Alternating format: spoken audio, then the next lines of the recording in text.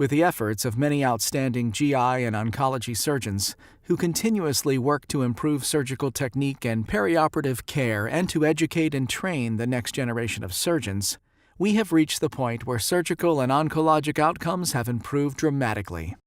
Among these surgeons, one name, Dr. John L. Cameron, stands out as the most prominent in leading these advances. John Cameron was born in Howell, Michigan on September 29, 1936. His father, after serving a position in World War II, returned to Michigan and completed training as a general surgeon and served on the faculty of Wayne State University and the Detroit Receiving Hospital. I was actually born in a small city outside of Detroit, 40 miles away, named Brighton, Michigan, where my dad at the time was the general practitioner. And I can remember it probably at age 5 or 6 going on house calls with him to see patients out in the country. Then he went into World War II, and they took him in as a surgeon because he'd had 1 or 2 years of surgical training. And when he came out, he decided he wanted to go to Detroit and finish his surgical training. So we moved to Detroit, and he finished his training. And I thought that his life as a surgeon was one that I would love to emulate. And back in that era, in my generation, sons did what their dads did. If your dad was an electrician, you became an electrician. If he was a lawyer, you became a lawyer. My dad was a surgeon, so I wanted to be a surgeon. And I thought certain that I would someday come back and go into practice with him. After an outstanding academic performance in high school, Dr. Cameron chose to attend Harvard University. After Harvard, he moved to Baltimore in 1959 to attend the Johns Hopkins University School of Medicine. He now approaches his 60th year in that institution, having completed his surgical training under Dr. George Zuadima and after starting as an intern under the legendary Alfred Blaylock. I got on the train by myself with a foot locker. Foot lockers are sort of small trunks that it really takes 2 people to carry, but I was by myself, obviously, so I dragged this foot locker onto the train. 17 hours later, ended up in either North Station or South Station, Boston, got on the subway, went to Harvard Square. Again, dragging this foot locker, I found Thayer South, the dorm that I was going to be in. Got situated, and that night, everyone in the dorm was sitting around talking and reading the New York Times. I'd never heard of the New York Times. And when I saw there were no comics, I wondered, why are these guys interested in the New York Times? So for me, Harvard was a real education. If you'd gone to Andover or Exeter or Milton, it was just more of the same. If you came from a public high school in Detroit and ended up in Harvard, you got a real East Coast education. So that changed my life and changed my trajectory substantially. And it almost made certain that I wasn't going to go back to Detroit and go into practice with my dad once I became a surgeon. When I was in college, he had visited with the Detroit Academy of Surgery, the Johns Hopkins Hospital, hosted by Dr. Alfred Blaylock. And my dad got to meet Dr. Blaylock and was very impressed with the Hopkins Medical School and the training program, and told me if I could graduate from Hopkins, enter the training program under Dr. Alfred Blaylock and train there, that would be the best that anybody possibly could do. So I followed, like sons did back then, I followed my father's directions, came down here, went to medical school, and stayed on, and started my training under Dr. Alfred Blaylock, but I finished my training under George Zuadima, who succeeded Alfred Blaylock. I met with Dr. Blaylock 2 or 3 times in his office, just him and me, to talk about what I was going to do. Since he was going to step down, he wanted to look after all of his house staff and be sure they had a pathway towards success. And I also presented a patient or two to Dr. Blaylock in student rounds when I was a junior medical student. So I had a fair amount of contact with him. He obviously was near the end of his career. He was elderly. He only operated once or twice during my internship, and they were both on general surgical patients. He did not do any cardiac surgery during my time at Hopkins. Dr. Cameron's contributions as an academic surgeon have been tremendous. He is the author of over 400 peer-reviewed publications.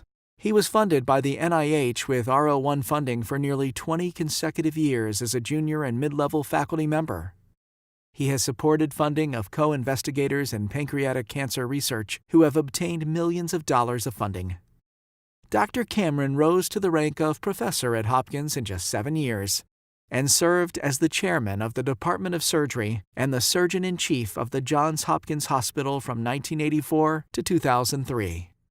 When I became chairman of the department in 1984, I wanted to pick a topic, an area that was badly in need of improvement to focus the department's efforts on so that we had an opportunity to make some real contributions. At that time, if a patient had pancreatic cancer, they rarely were operated upon, and if they were operated upon and underwent a pancreatic duodenectomy or a Whipple procedure, the mortality was 25 to 30%.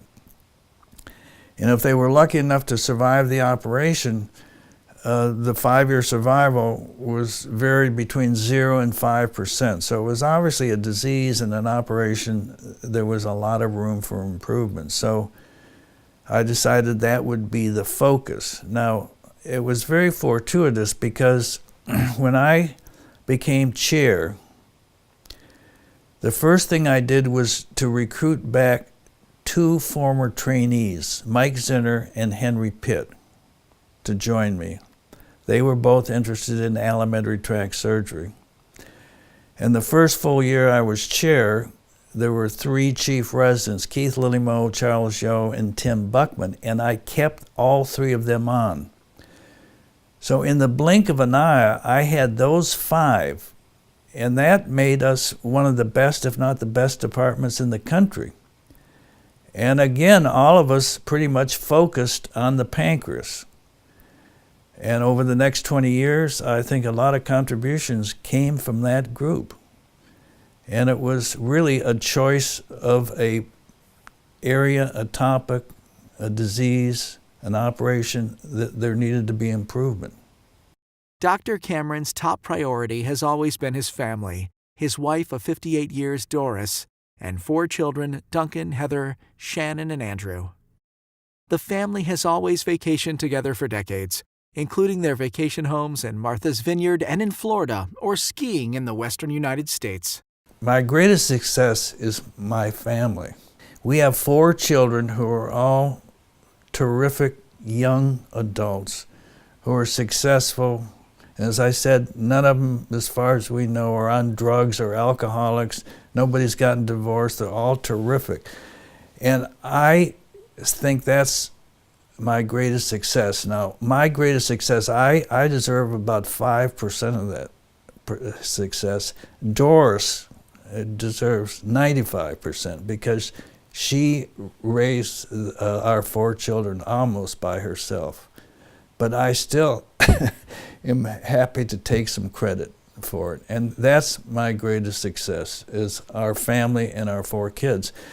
And even though I spend 7 days a week in the hospital, every minute outside the hospital has always been with family. Our family spends vacations together. We frequently go to New England. We go to Florida. We do things together. We ski. We play golf. We do things as always with the family. And I think you can have a busy, busy career as long as you devote all of your time outside of your career to your family. It can be successful. Although an avid tennis player for years, for the last 2 decades, golf has been Dr. Cameron's passion.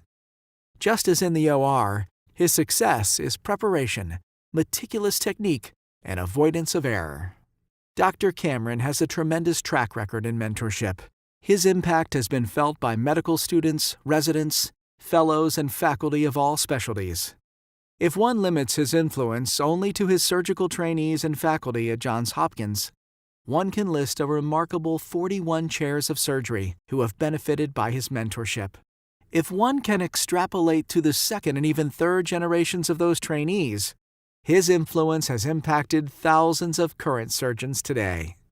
From the very beginning, when Hopkins opened in 1889, William Stewart Halstead created a residency training program at Hopkins, the first surgical residency training program in this country. And he set it up not only to train surgeons, but to train surgeons who would go elsewhere in the country and set up other training systems and train other surgeons. The first one, Stephen Watts, went to the University of Virginia. George Hoyer went to Cincinnati and into New York Hospital. Harvey Cushing went to Harvard. Emil Holman went to the West Coast to Stanford. And they trained individuals who went out and trained and set up programs, other universities and other community hospitals. So from the very beginning, from 1889, Hopkins' philosophy in the Department of Surgery has been train young people as leaders to go elsewhere and set up their own leadership program. So that's had its ups and downs at Hopkins, but certainly Halstead was very successful at it. Dr. Alfred Blaylock came along and was one of the pioneers in cardiac surgery, and the young people he trained who went around subsequently for leadership positions, Hank Bonson, Dave Sabiston, Harry Muller, Denton Cooley, Bill Longmire, Frank Spencer, the list goes on and on. He was very successful at it. And it just happened at the time I became chair, the field of pancreatic surgery was just opening up, and there were a lot of young people at Hopkins interested in it, and they made their names in pancreatic surgery, and they were picked to go elsewhere as surgical leaders. The thing I'm the most proud of are all of those who have been at Hopkins during the time I've been there. Some of them came as medical students, some of them were there on the house staff, some of them were on the faculty, some were all three, who have been at Hopkins for a time long enough to sort of inherit the legacy of Hopkins and then go elsewhere into leadership positions. And they've gone really all over the country. And anyone who's been at Hopkins during that era has to be proud of the leadership that's been produced at Hopkins. Serendipity brought them all together. It wasn't any one thing or any one person that brought them together, but they all became infused with the legacy of Hopkins and have gone elsewhere in leadership positions and have really spread the word of Hopkins far and wide. Dr. Cameron has been a national leader in surgery. He has served as the president of the Halstead Society, the Society of Clinical Surgery, the Society for Surgery of the Alimentary Tract, the Society of Surgical Chairs, the Southern Surgical Association, the American Surgical Association, and the American College of Surgeons. Dr. Cameron's influences as an educator has extended far beyond the walls of Johns Hopkins. He served as the co-founder and longtime editor-in-chief of the Journal of Gastrointestinal Surgery for its first decade. He has edited an excellent surgical atlas, Atlas of Gastrointestinal Surgery. His biggest impact, however, has been serving as the founding editor as well as the editor-in-chief of the Surgical Bible for Residents and Young Surgeons, Current Surgical Therapy. The text is now in preparation of its 13th edition. This textbook has become the largest-selling textbook in the world. For the last 3 editions, the co-editor has been his son, Andrew. Books have played an amazing part of the success of my career, and it's all been serendipity. I deserve no credit for it. A publisher came to me 33 years ago and said that he wanted to start a book called Current Surgical Therapy. He had been the editor previously of Kahn's Current Therapy, and he left Saunders to decide to start a current therapy in a variety of subjects, one of them being surgery, current surgical therapy.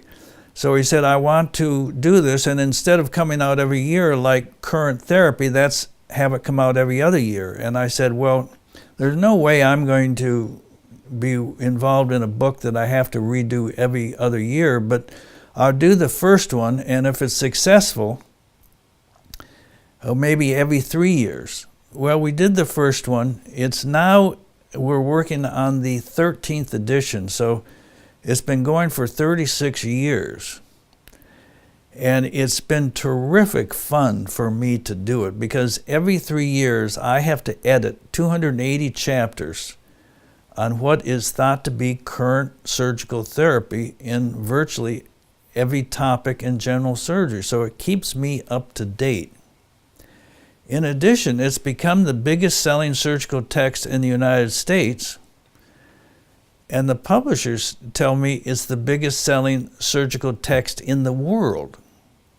And it's something I only reluctantly took on. Now, when I travel to various institutions to give talks or lectures, people don't come up and say, oh, you were chairman at Hopkins, or you did this or do that. They say, you have current surgical therapy. I don't think anybody would have ever heard of me if it hadn't been for that book.